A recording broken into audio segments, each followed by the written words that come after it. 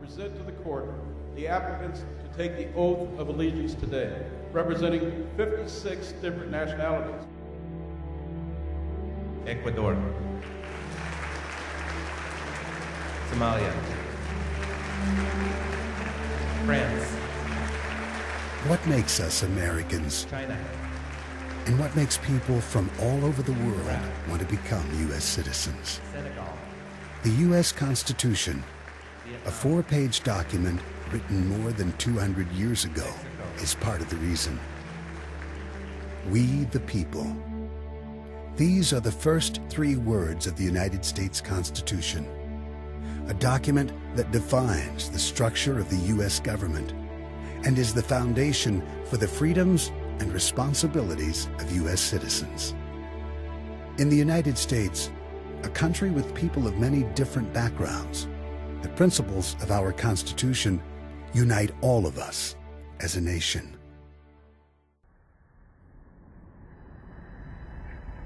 "300 years ago, the early 1700s, although Native Americans had lived in this land for centuries, the European settlers who came here called this the New World. These early settlers were drawn here for many of the same reasons that immigrants come here today. These people formed 13 colonies, ruled by Great Britain. At first, Britain allowed these colonists to govern themselves in many ways. Later, Britain made many demands on the colonists, including taxing them without their consent. As the colonists established their lives and built communities here, it became more and more important to them to be able to govern themselves.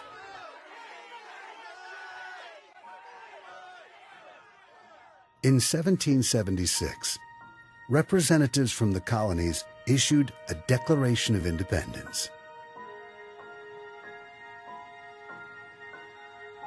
Thomas Jefferson was the primary author of this document and later became the 3rd President of the United States.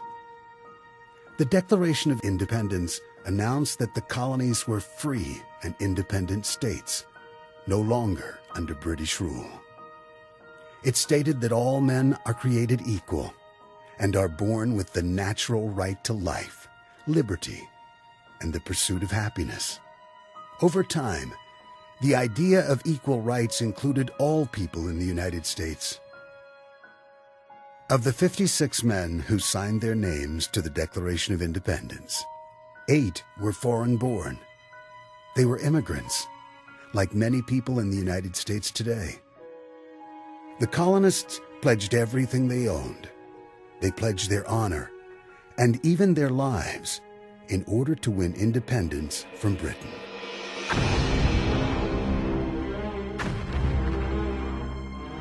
To free themselves from British rule, colonists had to fight the most powerful army in the world. The American Revolutionary War was a hard, brutal struggle, with ongoing battles for 8 violent years. George Washington commanded the colonists' army, later becoming the first president of the United States.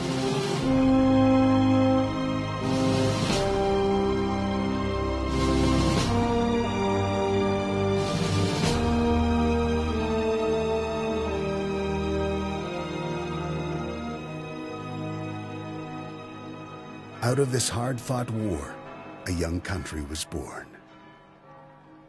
But there were problems. The revolution had produced 13 independent states, held together by a treaty called the Articles of Confederation. The 13 states were not a unified country yet. They needed a stronger agreement to tie them together and to ensure the survival of this country.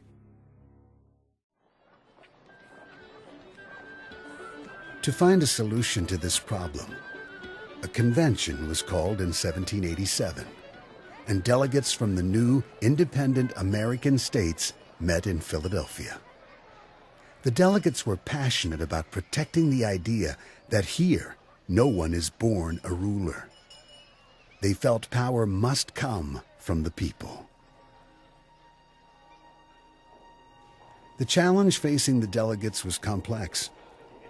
They wanted to create a government strong enough to hold the entire country together, but limited enough that the rights of the states and the individual freedoms of the citizens could be protected. After 3.5 months of intense debate, the delegates created a plan, a constitution, that defined a completely new kind of government. First, they put aside the idea that there would be a single final authority, a king or an emperor, for example.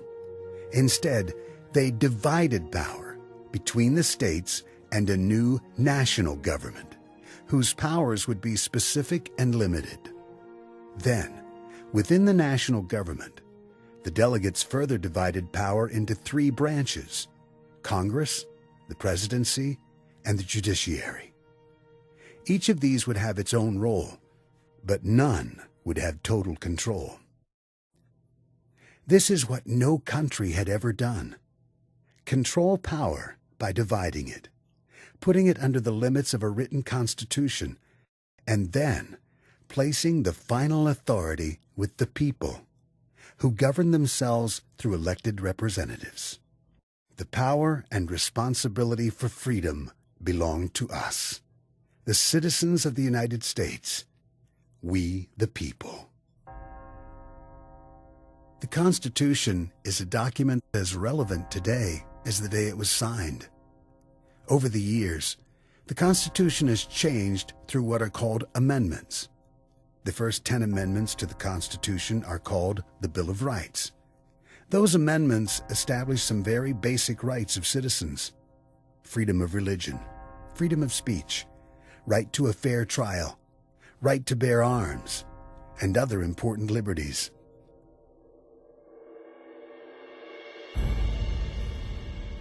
For more than 200 years, the U.S. Constitution has had daily impact on the lives of citizens, and over time, its promise of freedom has included more and more people. Many groups of people were denied certain freedoms in the past, but have gained equality through amendments to the U.S. Constitution. It took 75 years and a civil war to end slavery. And it was another 100 years until laws were passed to make it illegal to discriminate against people based on race, color, religion, sex, or national origin. In 1965, the Voting Rights Act made sure that every U.S. citizen would be allowed to vote. At the same time, the United States removed many unfair restrictions on immigration. This allowed legal immigrants from all over the world to come to America and make this country their home. From early settlers to today's immigrants, the freedoms guaranteed by the U.S. Constitution have drawn many people to this country. With each person who joins the nation, we the people become stronger. Together, we have built a free nation. We have been able to imagine, invent, and live our lives as we choose. We've been free to dream and make those dreams become real. All the while, we continue to debate, as the delegates did, the challenges that face a free nation.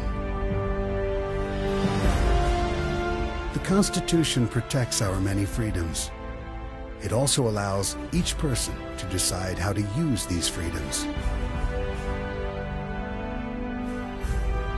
Whether you are a new immigrant or ready to apply for citizenship, freedoms and rights come with important responsibilities. Make a commitment to be part of your community. Get to know and help your neighbors. Discuss the issues that affect your community. Learn English. Learn about U.S. history and government, and respect the law. If you become a U.S. citizen, serve on a jury if you're called to do so, and vote. The right to vote allows each citizen to help the nation remain strong and grow.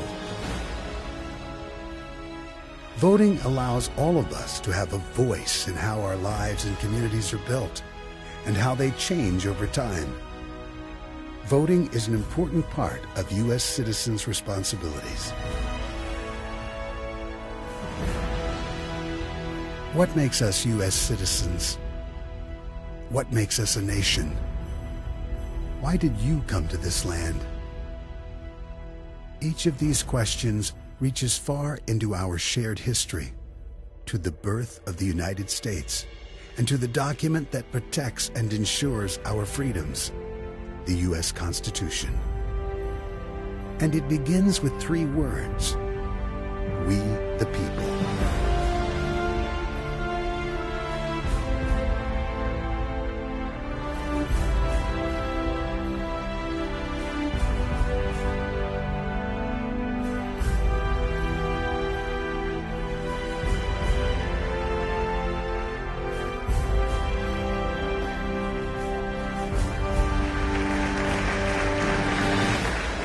Your Honor, these are the 211 applicants from 56 countries that are here to become citizens today. The time has now come for you to take the oath of allegiance. This is a serious time in your life.